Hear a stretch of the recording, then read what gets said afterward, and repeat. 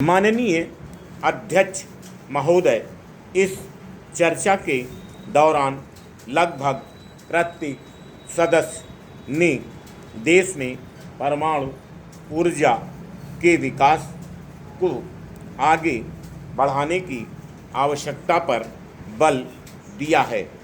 स्वाभाविक है कि यह विषय प्रत्येक व्यक्ति की कल्पना शक्ति को उत्तेजित करता है और ऐसी राय है कि कम से कम इस मामले में हम पीछे न रहें, जैसा कि औद्योगिक क्रांति के समय हुआ था।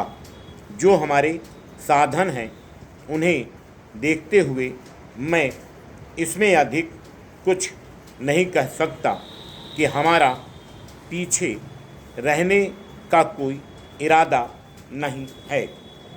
ज्ञान और खोज के इस नए क्षेत्र में बराबर रहने की सैद्धांतिक और व्यवहारिक आवश्यकता के अलावा हमारे लिए भारत में ऊर्जा के स्रोत के रूप में भी परमाणु ऊर्जा के शांतिपूर्ण प्रयोजनों के लिए उपयोग करना अत्यंत महत्वपूर्ण है।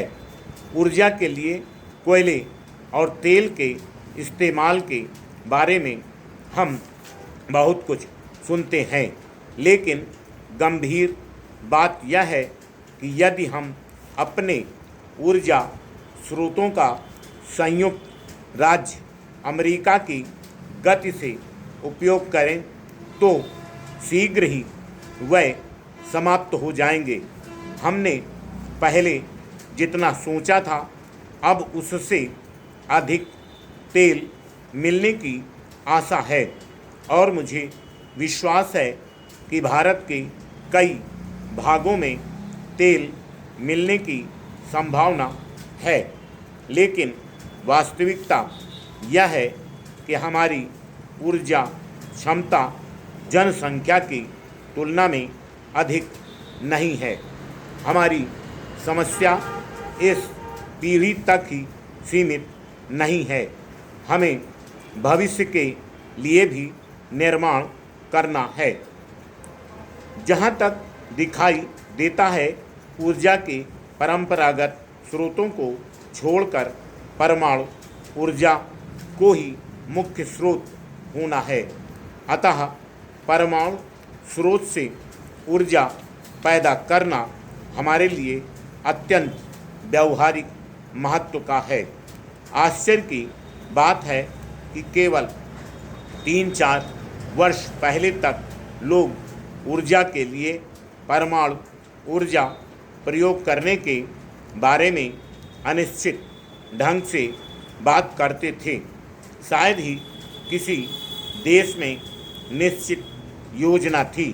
कुछ देशों में तो इन वर्षों में इतनी तीव्र गति से उन्नति हुई है कि अब परमाणु ऊर्जा को बिना किसी विवाद के स्वीकार कर लिया गया है। पहले यह सोचना ही कि उसे असैनिक कार्यों के लिए इस्तेमाल किया जा सकता है काल्पनिक लगता था। अब यह मान लिया गया है कि यह एक मितव्ययी साधन है। यदि आप ऊर्जा के स्रोत तथा कोयले या पनबिजली के समीप हैं तो आप वहाँ परमाणु बिजली घर नहीं बनाएंगे, लेकिन दिल्ली जैसी जगह के बारे में सोचिए। यहाँ दूर से कोयला लाना पड़ता है। Full stop.